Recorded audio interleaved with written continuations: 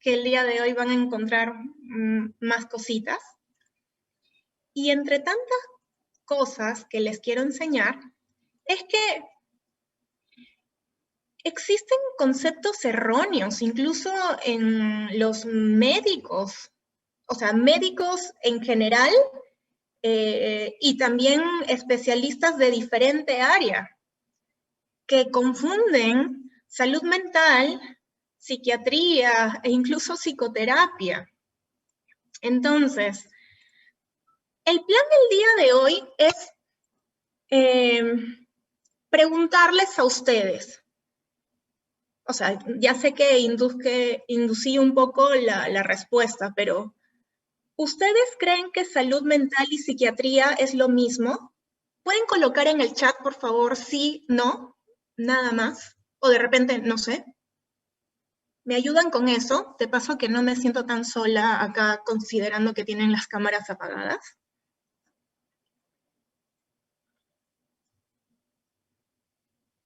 Genial. Nones. Me encantó.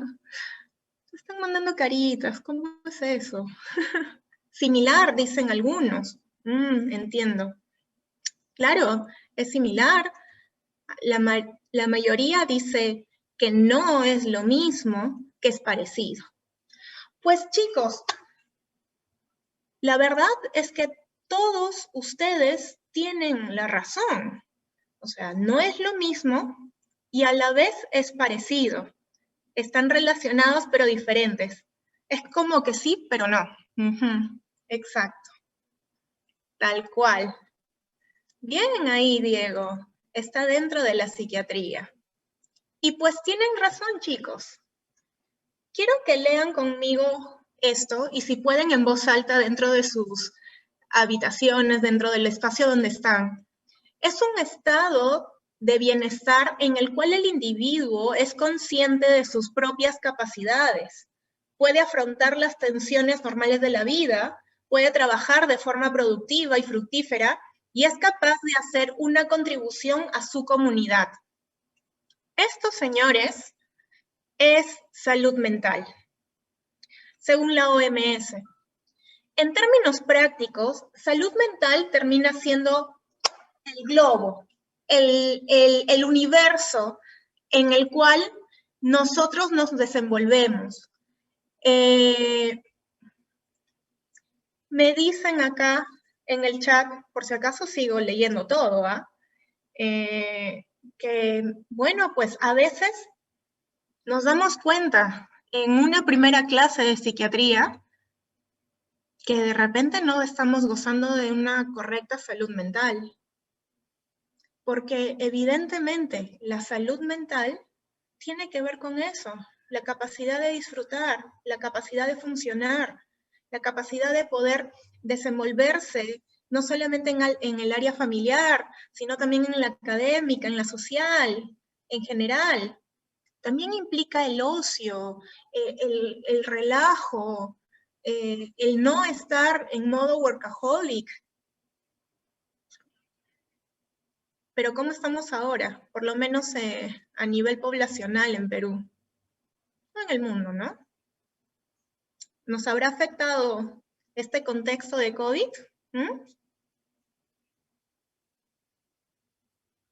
Bastante, por supuesto, chicos. Sí.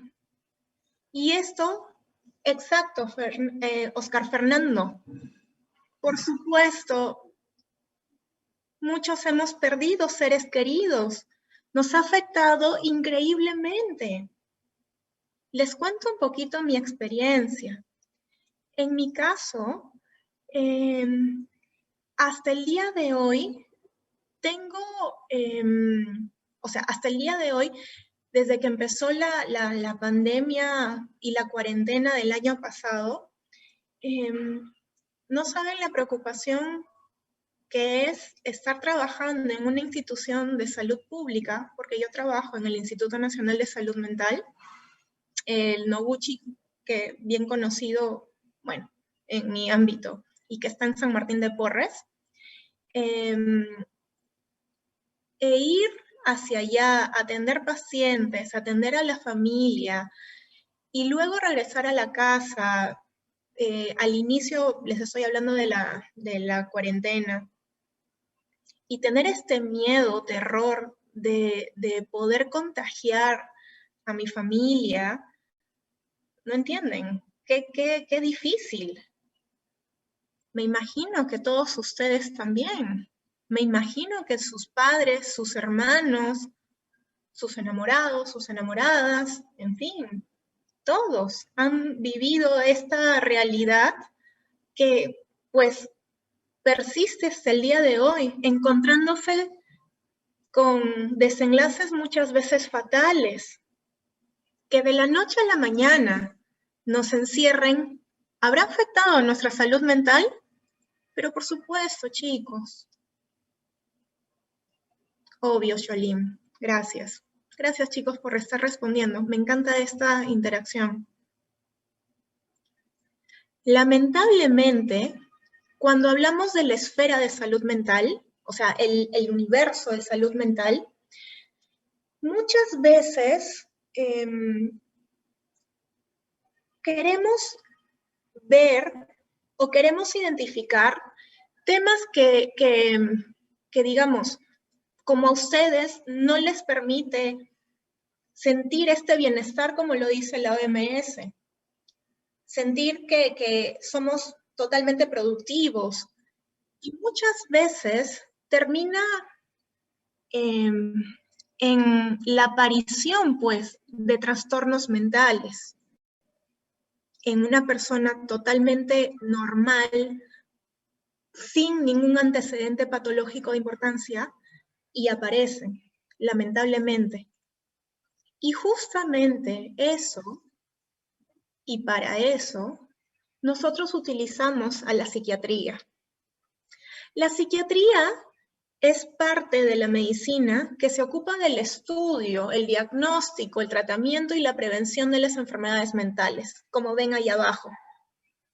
Como pueden entender entonces, la diferencia fundamental es que sí pero no, como ustedes lo estaban comentando en un inicio, sí son parecidos, pero no son iguales, salud mental y psiquiatría, porque la psiquiatría es parte de la medicina, es una especialidad, es como la cardiología, las diferentes especialidades, el cual trata de ver el diagnóstico, el manejo en sí de las patologías mentales. Y la psiquiatría tiene que ver con el estudio del comportamiento, de la conducta de la persona, cómo así esta persona se ha desenvuelto desde la niñez hasta el momento de la evaluación, para entender el contexto en el que está, la conducta por la cual se desenvuelve y muchas veces los síntomas que tienen en ese momento.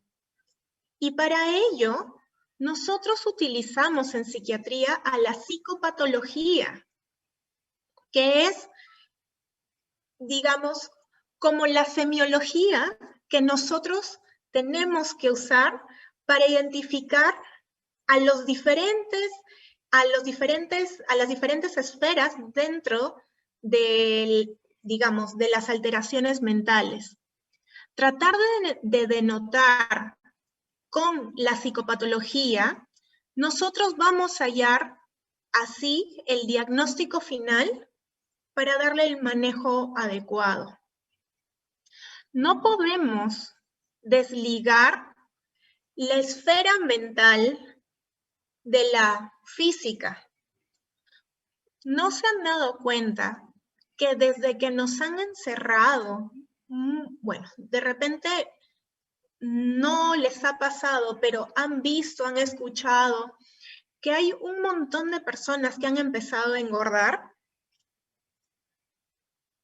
Pues han empezado a engordar, uno evidentemente porque hay menos, gracias, hay menos movimiento, hay menos ejercicio, bueno, evidente. Pero efectivamente, como ahí me lo está poniendo Carla, el hecho de estar estresado, estar intranquilo, hasta incluso aburrido, hace que uno pues tenga que coger algo, ¿no? Algo con que entretenerse. Y de todas maneras, hay una manifestación física, que es el aumento de peso. Probablemente una manifestación en exámenes de laboratorio, con aumento de glucosa, triglicéridos, colesterol. El punto está que hay una manifestación que se puede observar, que se puede evaluar. Y todo eso no se puede desligar en la psiquiatría. Recuerden ustedes que el psiquiatra no deja de ser médico. Entonces, ustedes como médicos generales que van a usar como médicos generales temas de psiquiatría, no pueden olvidarse de que primero sí o sí existe una evaluación semiológica, una evaluación fisiopatológica, para que luego podamos dar el medicamento, el tratamiento adecuado. Que por cierto, valga la redundancia, no necesariamente es con medicamento. Ya les voy a contar. Uno de los temas que implica bastante acá en temas de salud mental es justamente este término que ustedes están viendo, psicoterapia. Nosotros en psicoterapia tratamos de manejar los trastornos mentales, los trastornos psicológicos, empleando técnicas verbales y psicológicas. Pero quiero que entiendan que la psicoterapia es una formación aparte, como si fuera una especie de posgrado, luego de ser un especialista en salud mental. Una persona que es psicólogo o psiquiatra no puede denominarse psicoterapeuta a menos que lleve una formación. Por eso es que, como leen en el segundo punto, dependiendo del enfoque del terapeuta, se puede utilizar una amplia gama de técnicas y estrategias, porque existen diferentes escuelas terapéuticas. Existe la terapia cognitivo-conductual. Hay psicoterapeutas cognitivo-conductuales. Existe la terapia dialéctica conductual. Existen psicoterapeutas dialéctico-conductuales. Y por cierto, yo tengo esas dos especialidades. Pero así como yo, existen infinidad. El psicoanálisis, por ejemplo, es una de las escuelas psicoterapéuticas más largas en formación. Más o menos equivale a la carrera de medicina, entre 5 a 7 años. Pero en sí, la psicoterapia es el tratamiento de colaboración entre un individuo y un profesional de salud mental. Llámese profesional de salud mental al especialista, médico, psiquiatra, o a un psicólogo formado en psicoterapia, ¿sí? Que utiliza procedimientos científicamente validados, ¿ok? Para ayudar a las personas a desarrollar hábitos más saludables y más efectivos. Claro está que evidentemente, como cualquier manejo en medicina, en psicología, si ustedes quieren, primero se tiene que hacer una correcta evaluación para el diagnóstico preciso. Entonces, ustedes me dirán, cuéntenme, ¿esto de acá es o no es un tipo de psicoterapia? Pongan sí o no en el chat, por favor.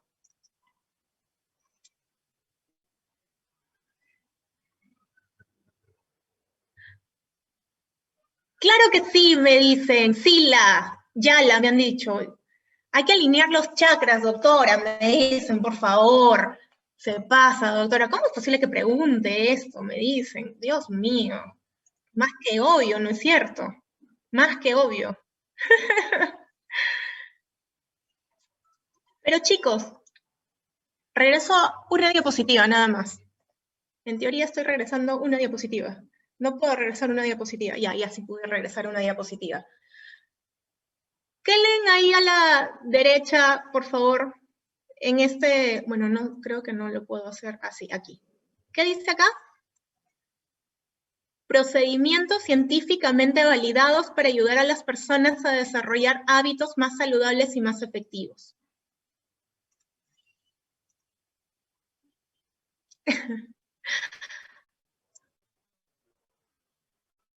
Entonces, la evidencia científica es lo que marca a una psicoterapia. El resto de cosas que no están validadas no son psicoterapia. Y miren, fue una pregunta totalmente,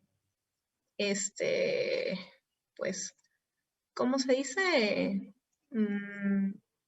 Tranquila, una pregunta inocente. Entonces,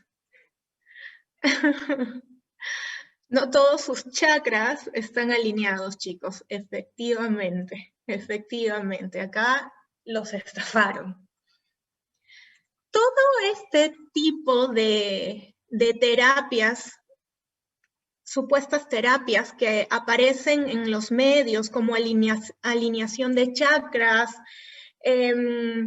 hablan también esto de la lectura de las piedras, la lectura del agua, del té, en fin, ustedes si quieren pueden poner la lectura de la hoja de coca, pueden poner y ayudarme, porque ahorita se me han ido todos este tipo de temas, mencionan en un estudio, ni crean que no se ha estudiado esto,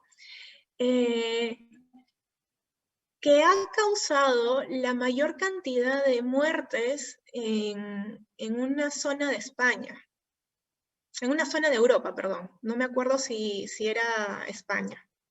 Exacto, terapias magnéticas tampoco es psicoterapia, porque muchas veces este tipo de pseudociencias, porque se llaman de esta manera,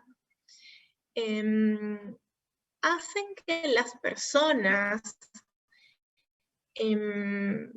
para que mejoren su salud o salud mental, en fin, en general, salud, porque obviamente la idea es mejorar la salud en general, es que las personas beban cosas, hagan ayunos prolongados, se desintoxiquen con temas de no tan estudiados, o mejor dicho, estudiados que son utilizados para otra cosa.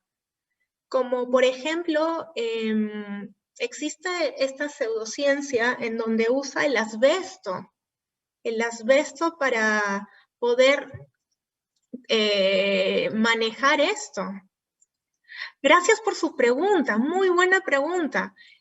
El yoga, la meditación, tampoco son psicoterapias, pero son técnicas que ayudan a relajar y a liberar el estrés. Son excelentes medios para manejar el estrés. Ahora bien, en términos prácticos, porque estamos hablando de evidencia científica, chicos. La psicoterapia tiene que ver con evidencia científica.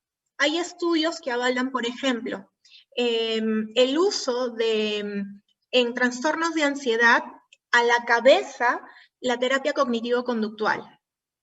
Porque hay intervenciones, técnicas que se utilizan, como incluso la meditación, yoga, en fin, para el manejo de la ansiedad, o trastornos de ansiedad.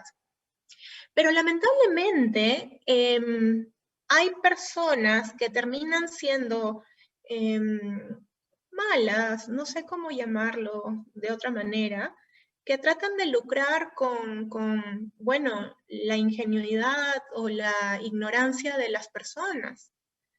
Y mencionan muchas veces que el tratamiento con este tipo de cosas funciona.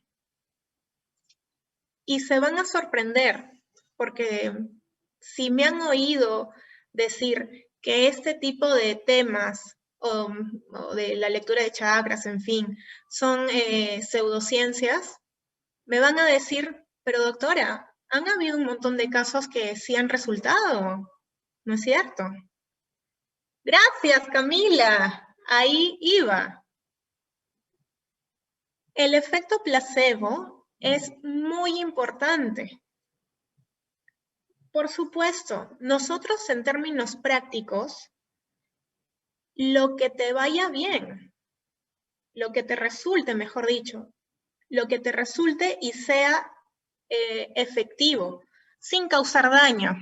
¿Ivermectina tiene efectos secundarios o no? Entonces, estimados, la idea de poder diferenciar el tema de salud mental, psiquiatría y psicoterapia es muy importante para que ustedes no sean catalogados como medicuchos o cualquier cosa, sino médicos de verdad, conocedores de la situación y posibles actores para poder ejecutar intervenciones pues adecuadas a sus pacientes, sí o sí. Doctora, ¿qué tal Flora se acaba de meter hace un rato? Dios mío, con eso de los chakras, con esto de la salud mental, pero ¿qué tiene que ver eso conmigo? ¿Qué tiene que ver con mi mamá? ¿Qué tiene que ver con el resto de personas? Pues, mis queridos amigos TikTokers, todo eso tiene un impacto. Todo este tema tiene un impacto en nuestra salud mental y por ende en la población. Entonces, cuando hay una afectación, como por ejemplo el tema físico, orgánico en sí, que ustedes evidencian muertes en esta época causado por un virus maldito, y ven cómo se afecta la población en índices de morbimortalidad, en índices de discapacidad, pues evidentemente hace señalar que también hay una afectación de la salud pública, ¿no es así? Pues imagínense ustedes que este tipo de, pues, secuelas, muchas veces de sobrevivientes de COVID o de familiares que han visto pues todo lo que han vivido las personas que han tenido COVID, entre otras cosas, porque les estoy hablando de COVID en este momento porque es lo más, es lo actual, ¿ok? Evidentemente, quiero señalar que puede ser incluso desde temas de violencia desde la niñez, abuso sexual, bullying, en fin, cosas de ese tipo, maltrato físico y de toda índole, incluso laboral o el cyberbullying que se está realizando actualmente a nivel mundial y que ha causado un montón de suicidios, pues señores, también tiene un impacto en la salud pública. Y claro está, solamente fíjense en la imagen que les estoy mostrando. ¿Cuántos de nosotros o de nosotras se ha visto pues casi al borde del llanto por haber subido o haber bajado, dependiendo del caso, este tipo de situación. O sea, ver una balanza, pesarse y ver que ha subido 1 o 2 kilos, totalmente estresante. Imagínense si esto sucediese en población que fuera exactamente sensible o vulnerable. Termina siendo totalmente desastroso, causando probablemente síntomas de ansiedad o depresión, entrando en este círculo vicioso. Chicos, la primera causa de carga de enfermedad en el Perú son las enfermedades neuropsiquiátricas. La primera causa de carga de enfermedad son las enfermedades neuropsiquiátricas.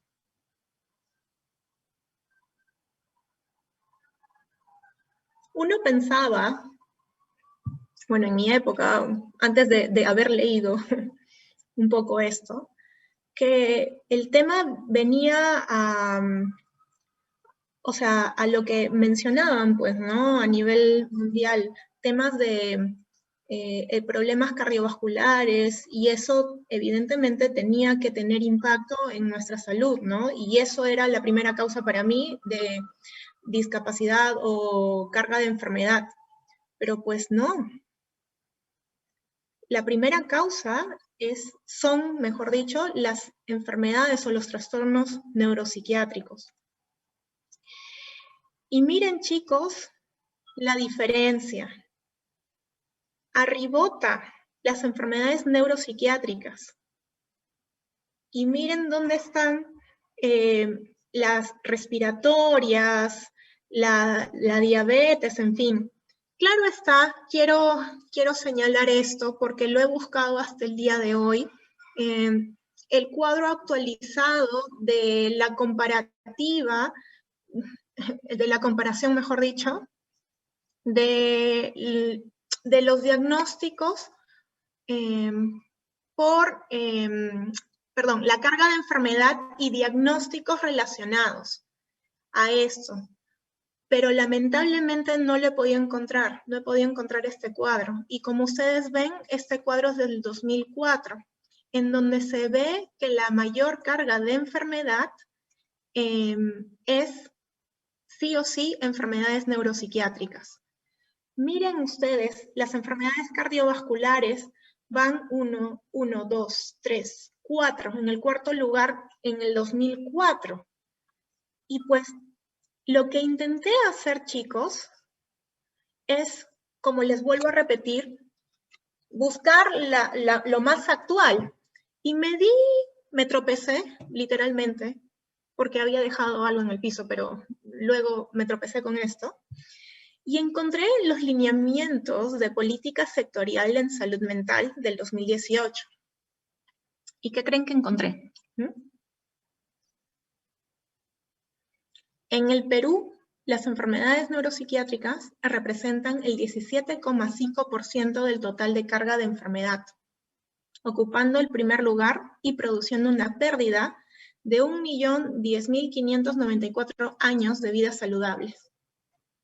Miren ustedes. Esta es la información más actual que tenemos. Me preguntaron por ahí, y justamente creo que hicimos juntas la presentación, mi estimada Carla, si no me equivoco. Sí, exacto. Resulta que el año pasado, más o menos en julio, no, miento, junio, bueno, no me acuerdo el mes, pero a inicios o a mediados del 2020, salió este documento técnico del Ministerio de Salud, justamente a propósito de la pandemia. Y se vio lo siguiente, que a propósito del contexto mundial y nacional, los índices de problemas psiquiátricos iban a aumentar. Es decir, la aparición de casos nuevos reportados, y bueno, no reportados, pero igual, presentes, sí o sí iban a aumentar. A eso se llama incidencia. Entonces, entre una tercera parte y la mitad de la población expuesta podía sufrir alguna manifestación psicopatológica de acuerdo a la magnitud del evento y el grado de vulnerabilidad. ¿De qué estoy hablando ahí abajo? Que no es lo mismo, de alguna manera, por mi aprendizaje,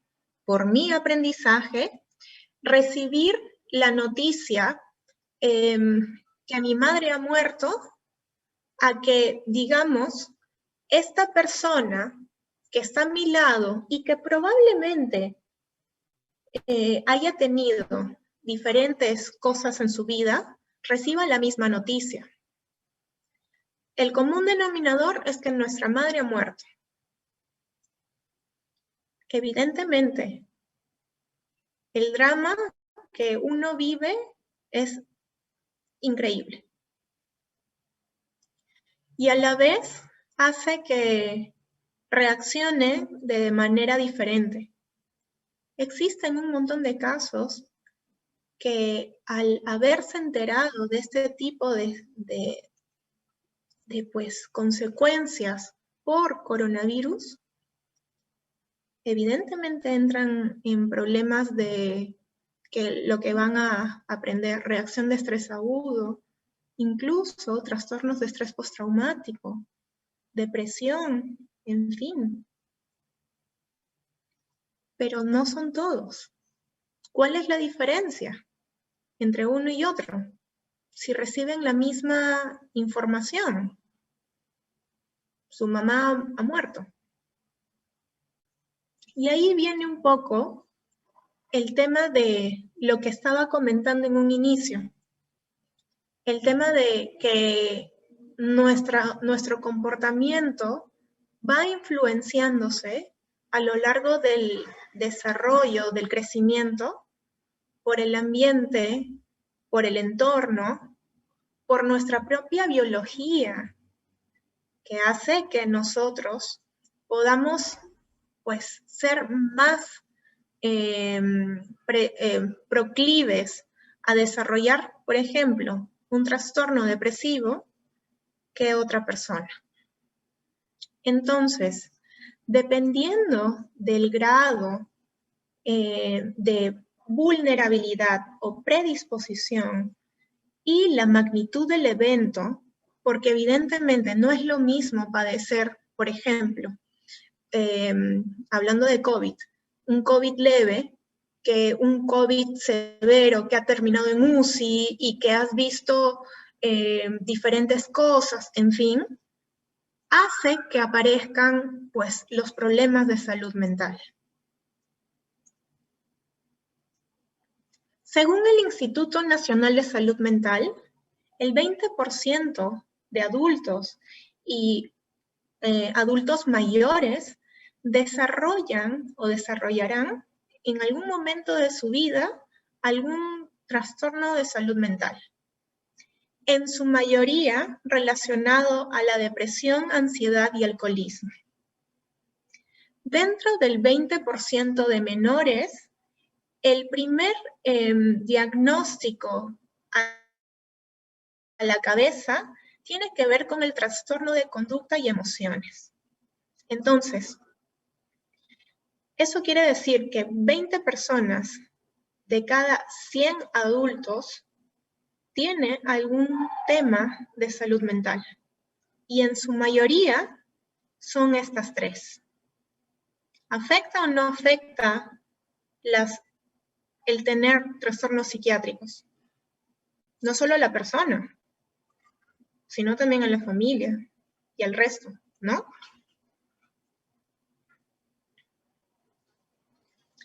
Hemos tratado de ver la realidad de nuestro país, chicos, bueno, todos mis yo, hemos intentado de ver o de chequear la realidad de nuestro país en cuanto a términos de políticas públicas.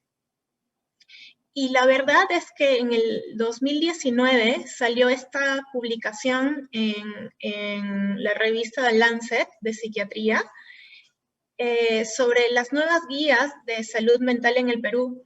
Y les cuento que yo juraba que iban a salir 28, 60, en fin. Miren, 5. ¿En qué estamos en el Perú?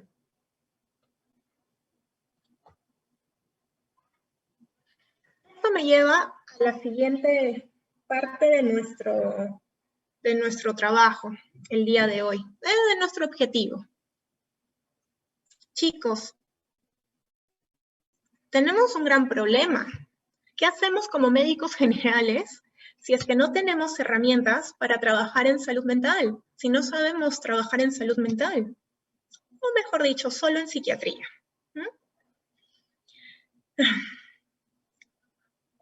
En el internado, yo hice el internado médico en el hospital Daniel Alcides Carrión en el Callao.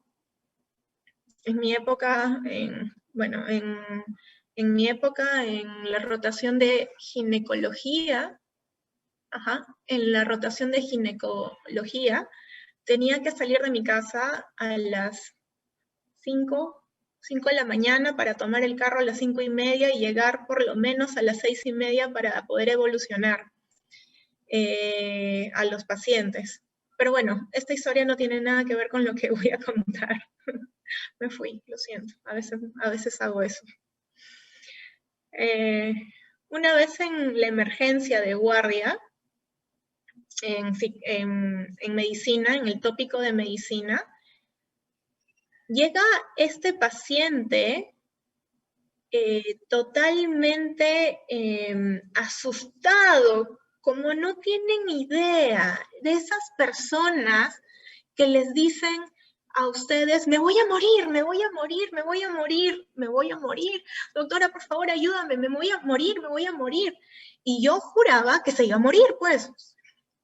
Les juro que esa situación me hizo entrar, o sea, de verdad, en estrés.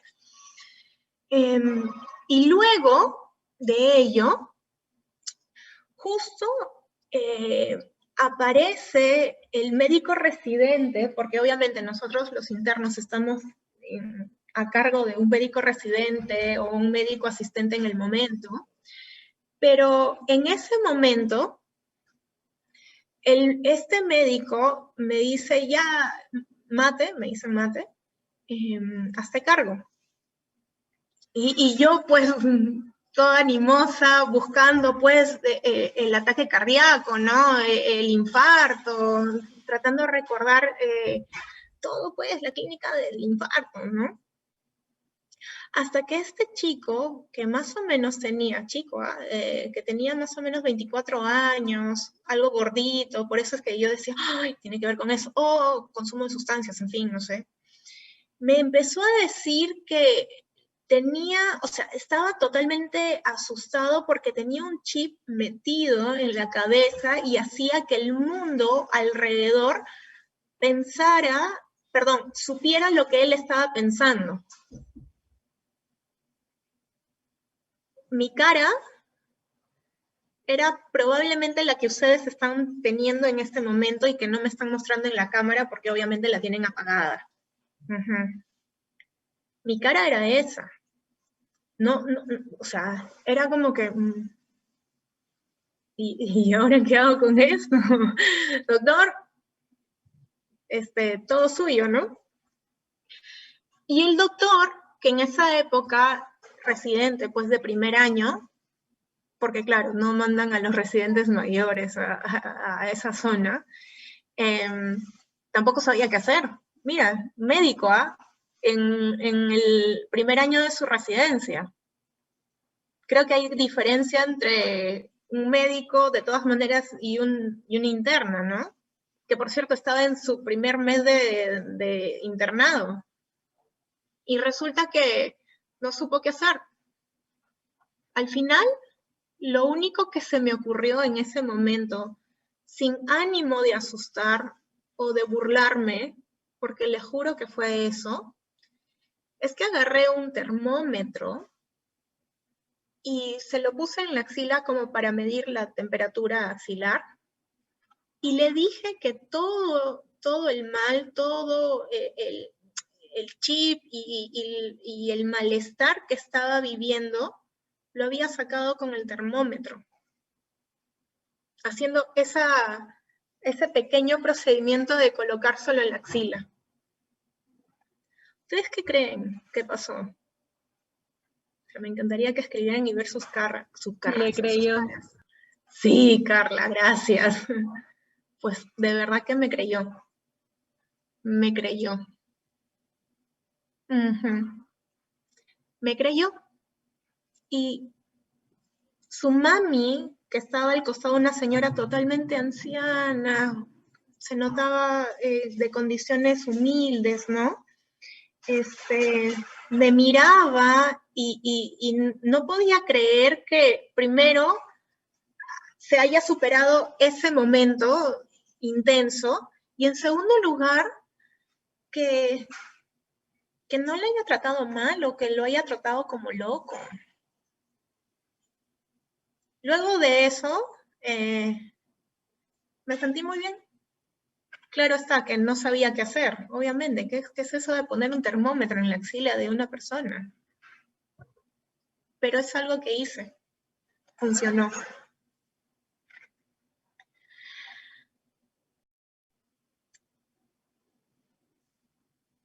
¿Qué hacemos si tenemos una persona así en la emergencia de sus consultorios, de sus clínicas, de sus hospitales?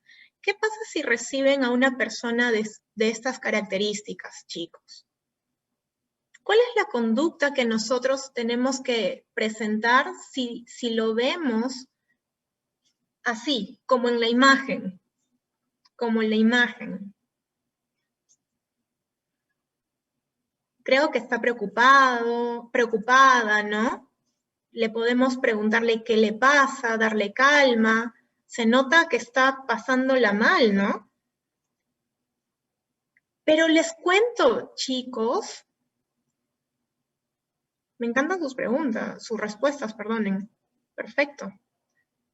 Pero les cuento, chicos, que cuando aparecen este tipo de personas, lo pongo así, y no para ser despectivos, sino como que en realidad sucede, aparecen este tipo de personas en mi emergencia, y yo lo que hago es, otro mes, qué flojera, ay, ya, dale Satrix de una vez, se vaya a su casa, me está queseando la guardia, qué flojera, ya, que se vaya al psiquiatra, pues, llamen al psiquiatra de una vez.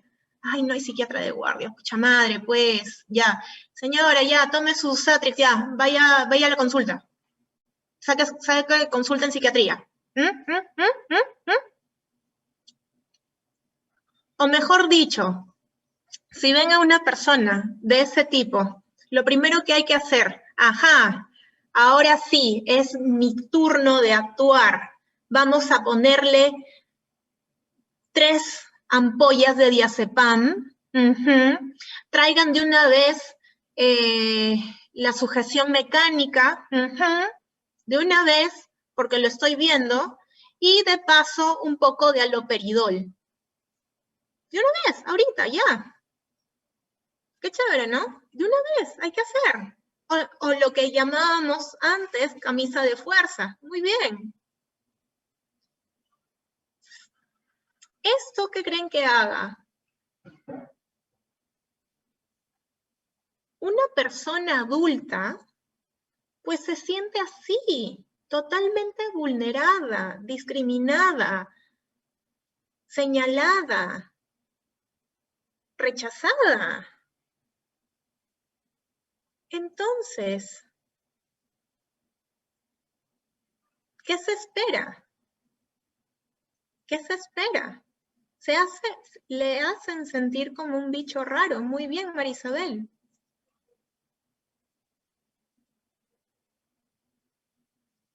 No necesariamente es de la vieja escuela, estimado Diego.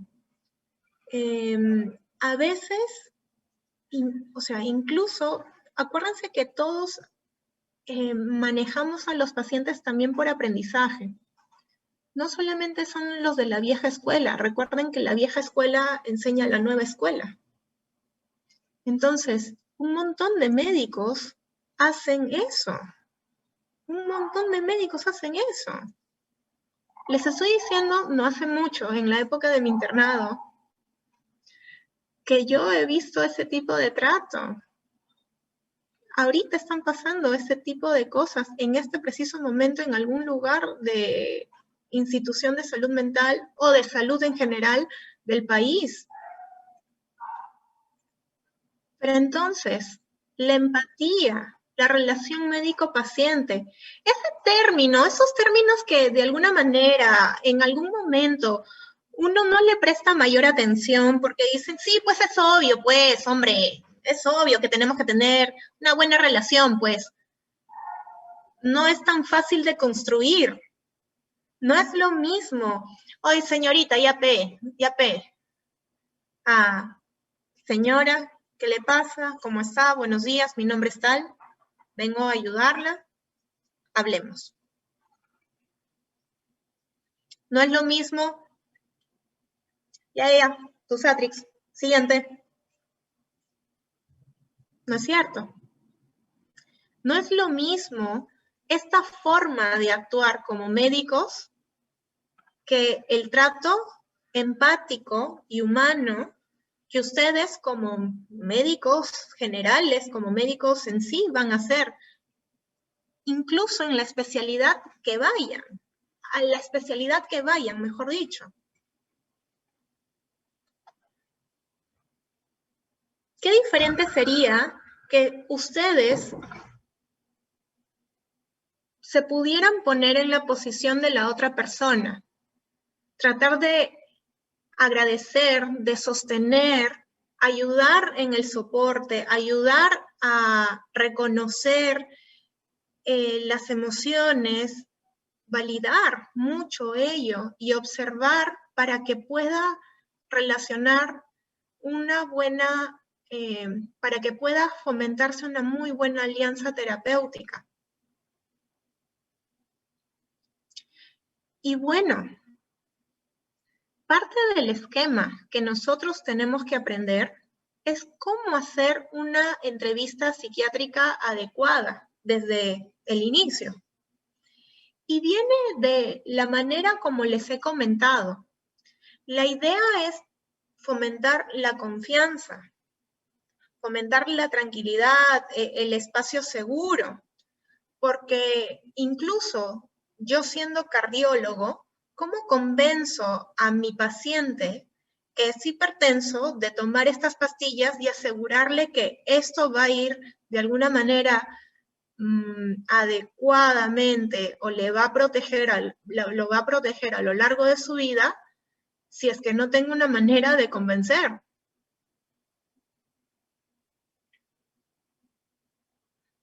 ¿Cómo hago para que una persona acepte una transfusión sanguínea?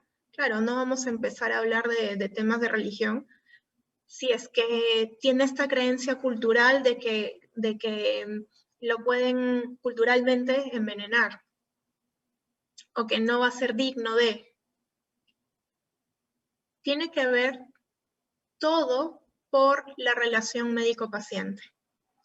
Entonces, la idea de una entrevista psiquiátrica no es tan diferente como una entrevista que ustedes realizan en cualquier ámbito de la medicina.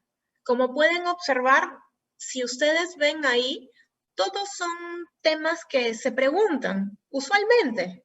La afiliación, ¿no? Los síntomas principales, hacer la cronología del tiempo de los síntomas, en fin, ¿no es cierto? Y la idea de esto es que nosotros podamos tener un planteamiento diagnóstico para poder dar el manejo específico. No es lo mismo reconocer, por ejemplo, el virus de la influenza, tener influenza, la enfermedad o gripe, y darle, no sé, ciprofloxacino, pues, para eso. O sea, ¿qué tiene que ver el virus con antibióticos? ¿Mm?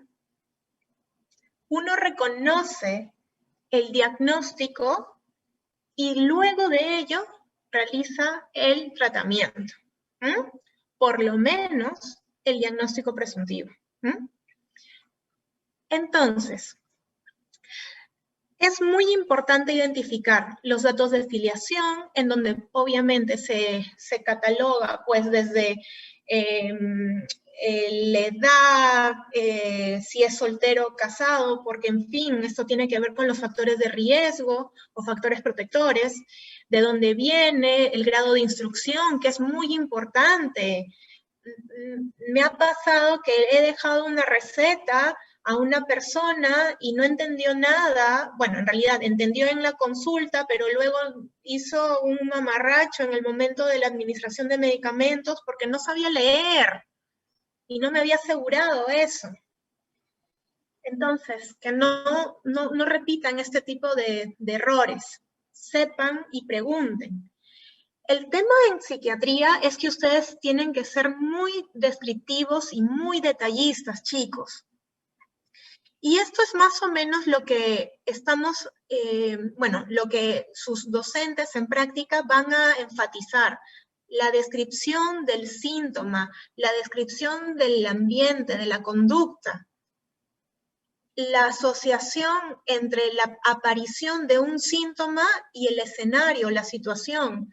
No es lo mismo que yo empiece a tener, no sé, ideas suicidas en este preciso momento porque estoy enfrentándome a todos ustedes como promoción, a que de repente, no sé, vea el atropello de mi padre y luego de eso, en unos días, empiece a tener estas ideas suicidas.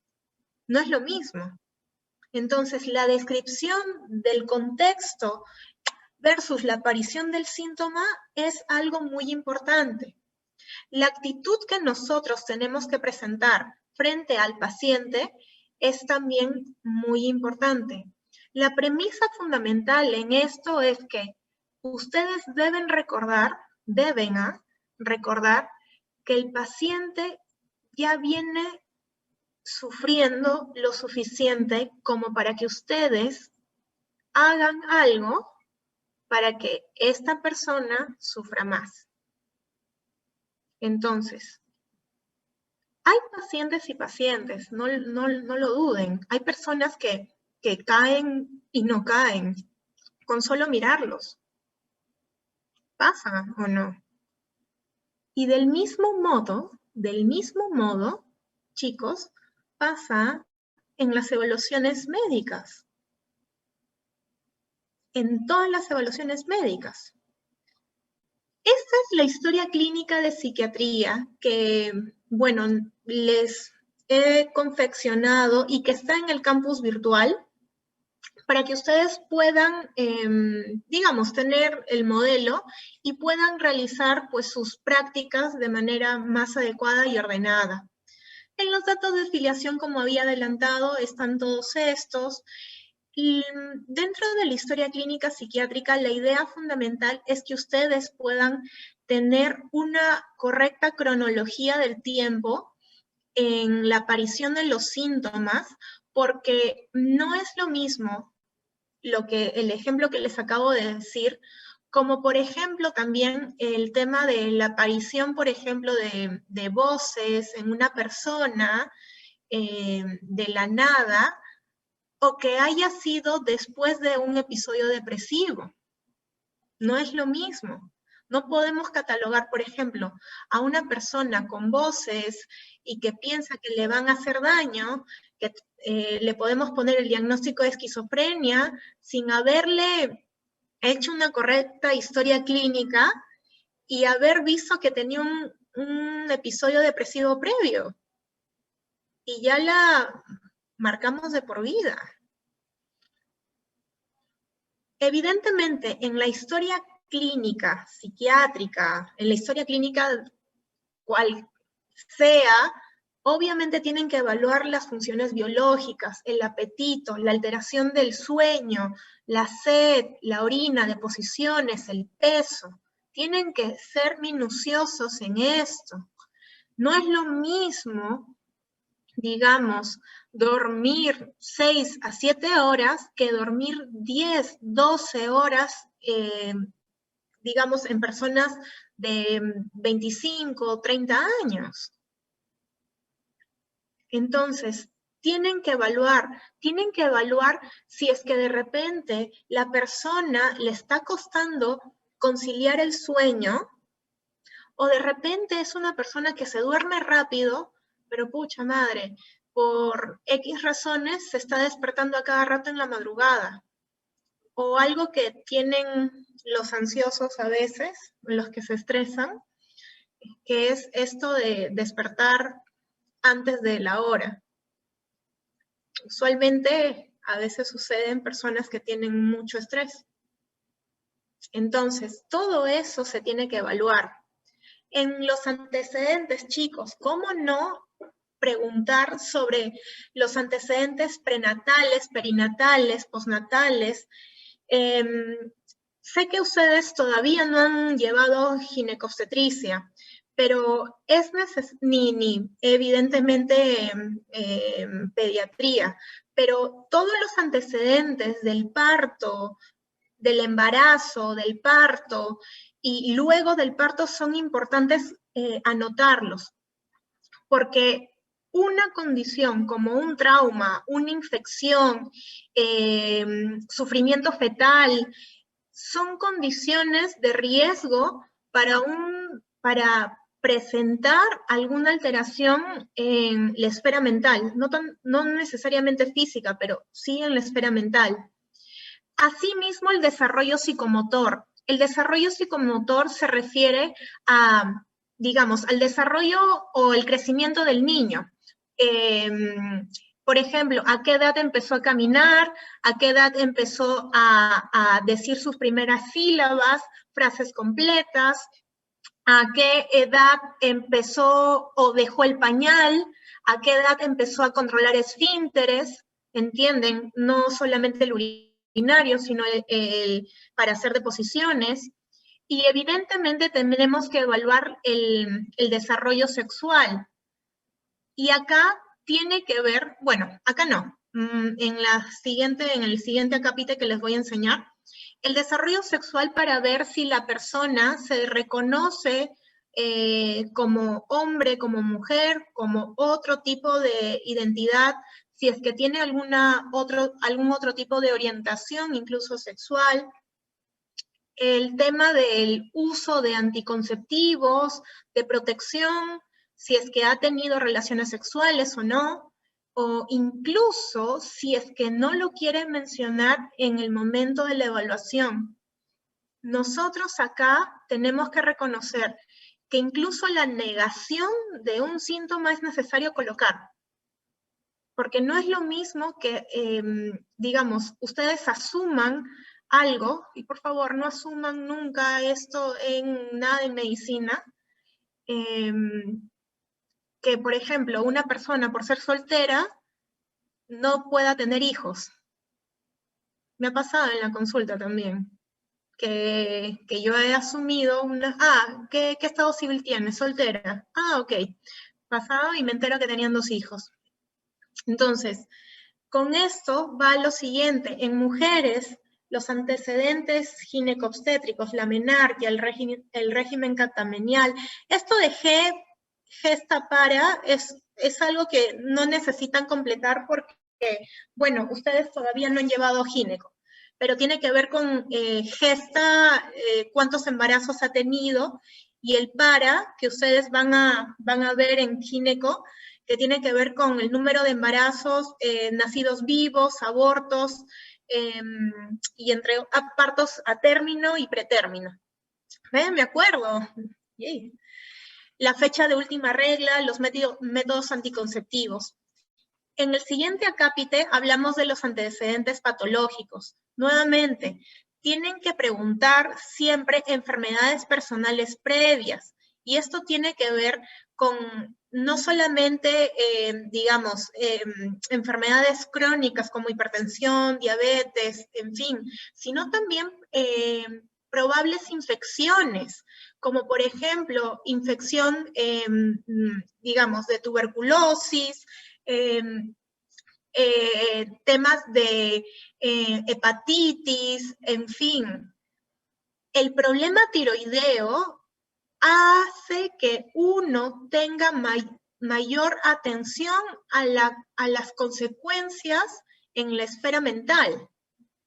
Muchas veces, y ustedes van a ver y leer, que las alteraciones tiroideas, por ejemplo, el hipotiroidismo está más relacionado a la depresión que a los problemas de ansiedad, por ejemplo. Entonces, tienen que preguntar, ¿qué diagnóstico? ¿Cuándo fue el diagnóstico? ¿Cuándo empezó el tratamiento? ¿Lleva tratamiento habitual?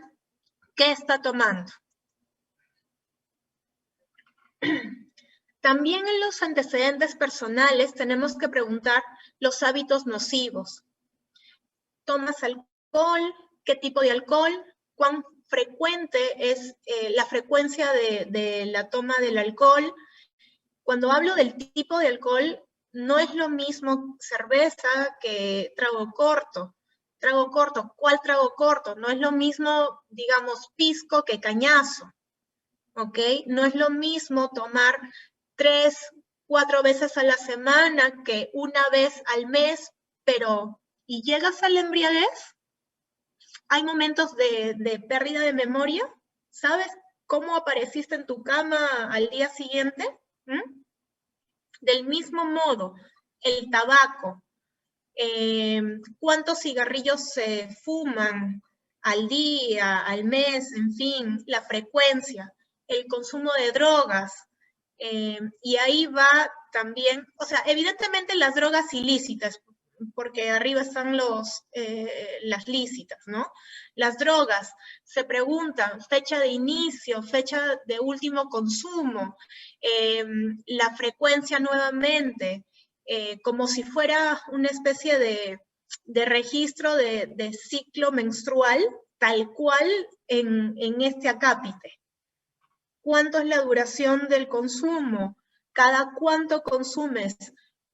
Usualmente lo haces acompañado o solo. Y las conductas sexuales de riesgo. ¿Usted en algún momento ha tenido momentos en que ha intercambiado parejas, ha tenido más de una pareja en el momento, desde el punto de vista sexual, en ciertos momentos, nunca en la primera sesión, alguna vez ha sufrido de tocamientos, en fin, todo eso se pregunta. En los antecedentes familiares, evidentemente no es nada más que decir si por la línea materna y por la línea paterna existen antecedentes de importancia. Primero los antecedentes crónicos, incluyendo cáncer, ¿no? Y luego se preguntan las enfermedades psiquiátricas en sí. Ha habido situaciones o diagnóstico de trastorno de ansiedad, problemas de consumo de alcohol, de otras sustancias en la familia, que hayan tenido que llevar tratamiento, en fin, todo eso se pregunta. No se puede desligar pues la epidemiología en este tipo de casos y me refiero en medicina. Tiene que haber, digamos, unas líneas por lo menos de saber si existen antecedentes generales de dónde está viviendo la persona, cómo es la vivienda, si tiene agua y saneamiento. No es lo mismo tener una canasta familiar de, no sé, 900 soles a 10,000 por mes. Si ha habido viajes en el último mes, en fin. Estas esferas tratan de ver justamente cómo podemos, digamos, evidenciar bien la patología de acuerdo a los antecedentes. Tenemos que preguntar la personalidad previa de la persona, del sujeto. ¿Cómo ha sido desde la infancia? Si es que de repente era un niño sociable, si se alejaba de la madre para jugar con los otros chicos o necesariamente tenía que ir la mamá con él o la persona responsable con él para interactuar con los otros niños. Si en la adolescencia la persona era, nuevamente, desde el punto de vista social, adecuado, era cohibido, era nada más con, digamos, compañeros del colegio, o era también con familiares de su edad, de su entorno, los vecinos, en fin. Del mismo modo, si ha habido alguna variación del comportamiento en la juventud y en la adultez. Todo eso se desglosa. Evidentemente, en la escolaridad nosotros preguntamos la esfera académica. La esfera académica, ¿era bueno en las notas en primaria? ¿Alguna vez ha repetido algún curso? ¿Qué tipo de curso? ¿Alguna vez ha tenido problemas disciplinarios? Y evidentemente que acá, en la esfera 3 de sexualidad, son detalles más profundos de lo que he mencionado hace un momento. Hablamos de parejas, de cuántas parejas han tenido. Me olvidaba mencionar que acá en sexualidad tenemos que preguntar si es que ha habido relaciones sexuales consentidas o no consentidas, si incluso ha presentado placer, porque no es lo mismo que yo consienta una relación sexual, pero porque tengo que, digamos, tener relación sexual con mi esposo y no quererla, ¿me entiendes? ¿Ha habido dispareunia o no? En fin. Esfera familiar. Con respecto a esto, también tiene que ver con las relaciones de familia. Mi perro. La religión, saber qué tipo de religión tiene y si es que es practicante o no, si ha habido algún tipo de problema legal y cómo es la dinámica familiar en relación al paciente. Es decir, por ejemplo, ¿cómo es la relación entre mamá paciente, padre paciente, hermano paciente y todas las personas que vivan con él? No podemos dejar de lado el examen físico. Han ido infinidad de pacientes al psiquiatra, a mi consulta, y han terminado siendo diagnosticados de hipotiroidismo. ¿Qué hacen ahí conmigo? Y se curó el problema, digamos, depresivo. Han ido pacientes con problemas de interacciones medicamentosas que pensaban que era un problema de ansiedad y era literalmente un problema de interacciones medicamentosas, o problemas renales, o problemas de infecciones urinarias que hacían que la persona anciana parara confusa. Entonces tienen que evaluar siempre. Y este es el equivalente psiquiátrico de la exploración física en otras especialidades. Nosotros sí o sí tenemos que prestar la mayor atención a este punto. Chicos, sé que me he demorado la vida en todo lo que antes había presentado, perdónenme la verdad, pero este es uno de los puntos más importantes y esto es sí fijo en todos los exámenes que vayan a ver, incluso de acá a la residencia. Si no aprenden esto, por un puntito les ganan, así les pongo. Entonces, presten atención. El examen mental no es lo mismo que el mini mental test que nosotros usamos en neurología para ver el estado mental global, ¿no? El nivel de conciencia o el deterioro cognitivo. No, no es lo mismo. Nosotros utilizamos el examen mental para explorar, digamos, a través de la psicopatología que les mencioné en un inicio, a todo el sujeto para determinar si existe algún tipo de trastorno mental. Punto. Entonces, el examen mental tiene partes.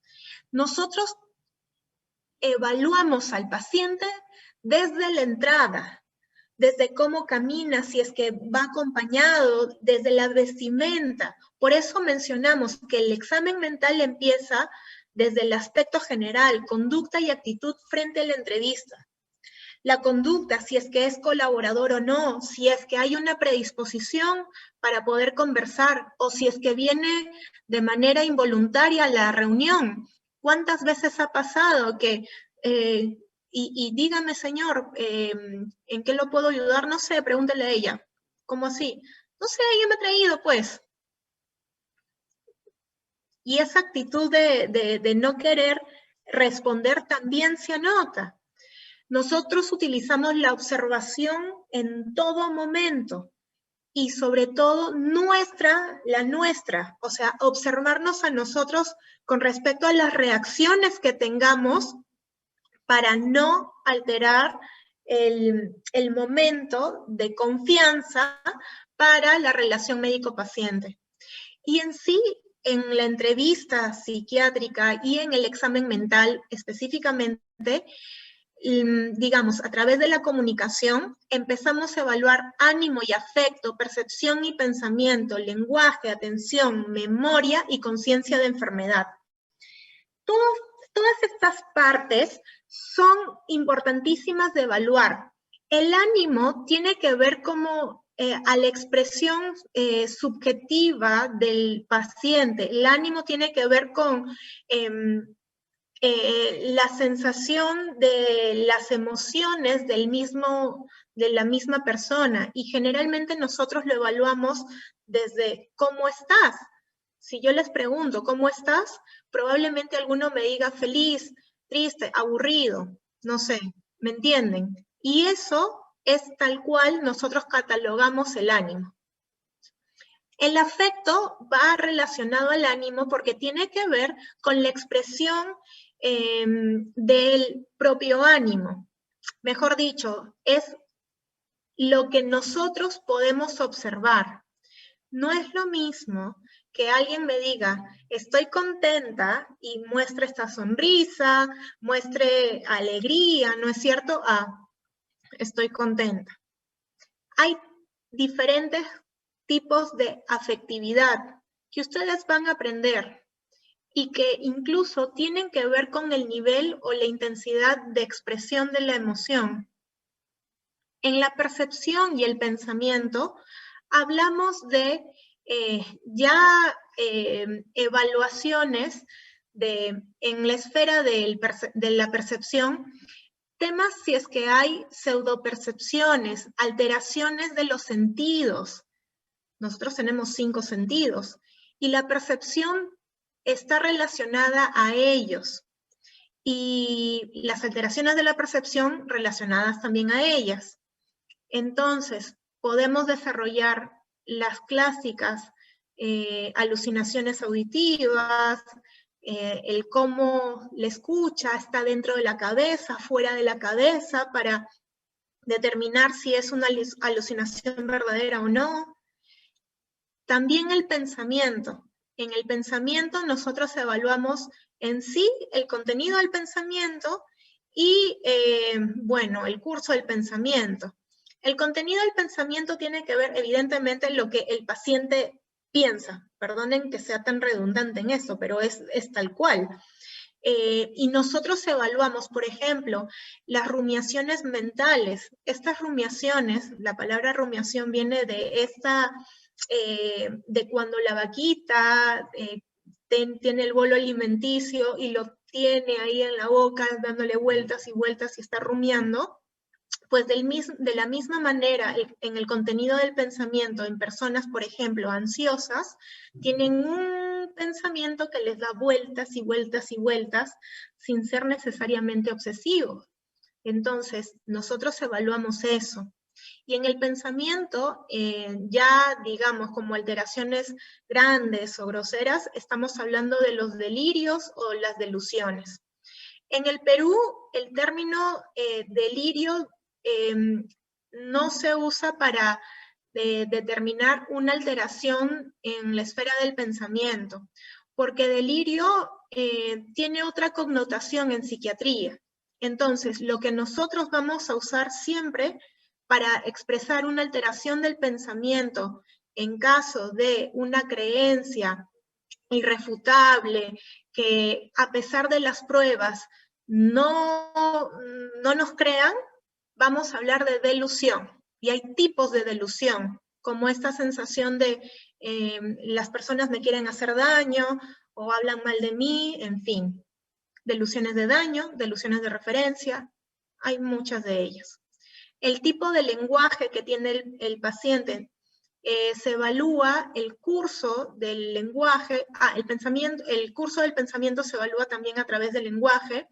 El lenguaje con respecto al curso tiene que ver con un curso finalístico, de un punto A a un punto B, circunstancial, cuando por ejemplo quieren llegar al punto B, pero mientras tanto se van hasta, no sé, la avenida Arequipa, Iquitos, arriba, y regresan y llegan al punto. Cuando dan muchos circunloquios, en fin, hablan de un lenguaje circunstancial. Por ejemplo, un lenguaje que no llega al punto, que terminó en, no sé, en otro lugar, lenguaje tangencial. Con respecto a la atención en sí, tiene que ver con la observación de cómo la persona, por ejemplo, está atenta a la mirada, fija la mirada, no se distrae tanto o sí se distrae tanto, y la memoria. Con respecto a esto, tratan de ver, por ejemplo, si hay alteraciones de la memoria a corto, mediano, largo plazo, en fin. Y la conciencia de enfermedad, que tiene que ver con, digamos, el conocimiento de la persona que acude a consulta o una atención psiquiátrica y que sabe o no de su enfermedad. Y no solamente por reconocer que yo tengo esquizofrenia, doctor o doctora, significa que yo tenga completa conciencia de enfermedad, porque puede existir nula conciencia de enfermedad, parcial conciencia de enfermedad o completa conciencia de enfermedad, en donde la persona, por ejemplo, reconoce que tiene esquizofrenia, pero porque me lo han dicho, pues, pero yo no creo que tenga esquizofrenia, pero me han dicho que tengo esquizofrenia, y bueno, tomo medicamentos porque, bueno, pues así me han dicho. En cambio, no, yo no tengo esquizofrenia, yo tengo depresión. No, esto es un problema. No, nada que ver. Creo que sería nula, ¿no? Conciencia de enfermedad. O sí, doctora, yo tengo esquizofrenia, estoy tomando estas pastillas a esta dosis cada cierto tiempo, siempre asisto a mis consultas, en fin. Entonces, dentro de la entrevista psiquiátrica, chicos, el examen mental es sí o sí de cajón y es lo que nosotros necesitamos sí o sí chequear y aprender, obvio. Se piden exámenes auxiliares cuando, por ejemplo, nosotros tenemos alguna sospecha de diagnóstico diferencial. Podemos pedir perfil, por ejemplo, tiroideo, hepático, incluso podemos pedir un simple hemograma para ver algún tipo de alteración en caso nosotros tengamos alguna sospecha diagnóstica. Han habido casos de supuesta depresión, pero que en realidad han terminado siendo una neoplasia. Y que a consecuencia el cansancio, la fatiga o incluso la anemia. Uy, estoy bien.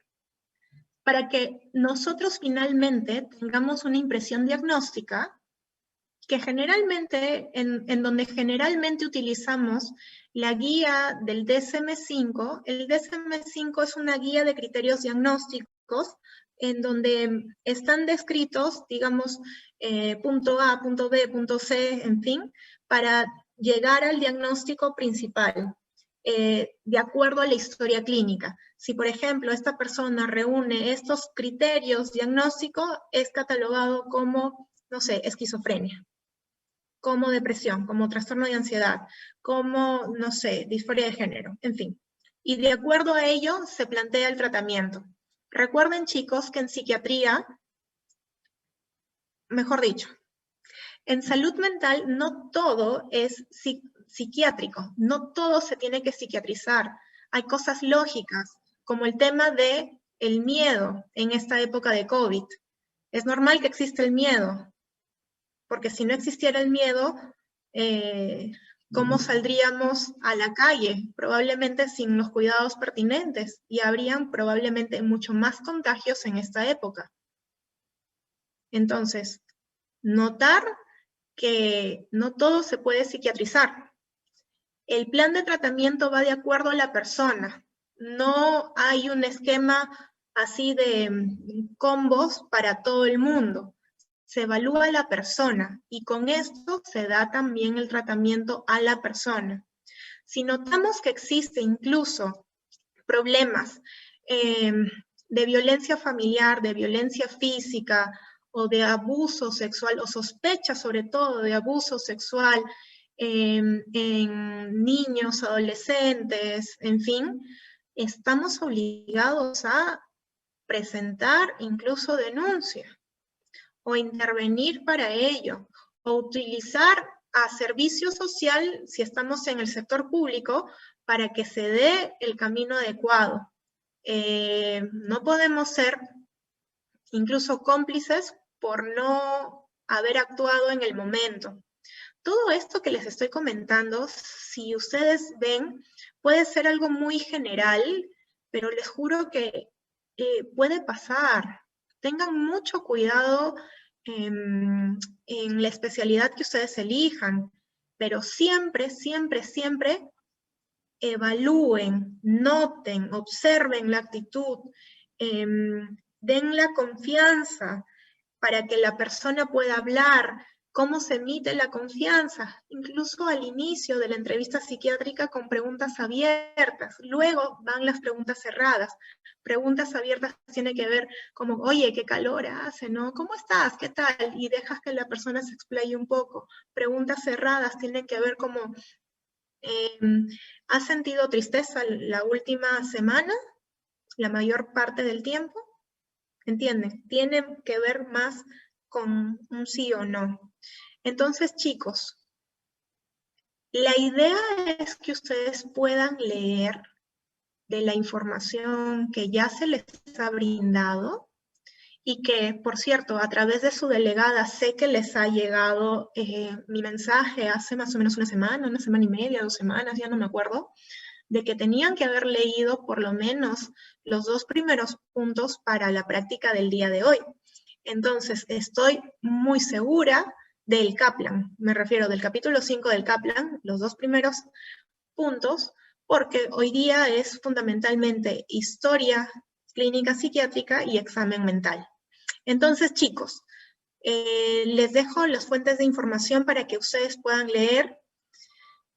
En un pequeño resumen, no es lo mismo salud mental que psiquiatría, evidentemente tampoco psicoterapia. Es necesario evaluar temas de salud mental en cualquier ámbito de la medicina porque tienen impacto en la salud pública de cualquier país. Y en tercer lugar, necesitamos herramientas validadas para poder evaluar al paciente. ¿Cuáles son en psiquiatría? Pues en sí, la entrevista psiquiátrica y particularmente el examen mental. Listo, chicos. Entonces, quedamos aquí